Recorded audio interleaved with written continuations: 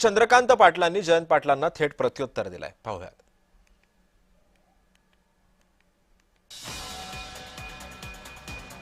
जयंत पाटलांची अवस्था नटसम्राट सारखी झाल्याचं वक्तव्य चंद्रकांत पाटलांनी केलंय.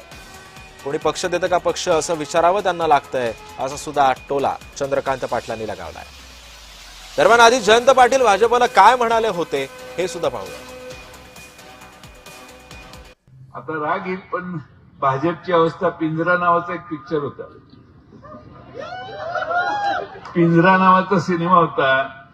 त्या पिंजऱ्याच्या सिनेमात ते मास्तर होता, तशी आता भाजपची अवस्था झाली.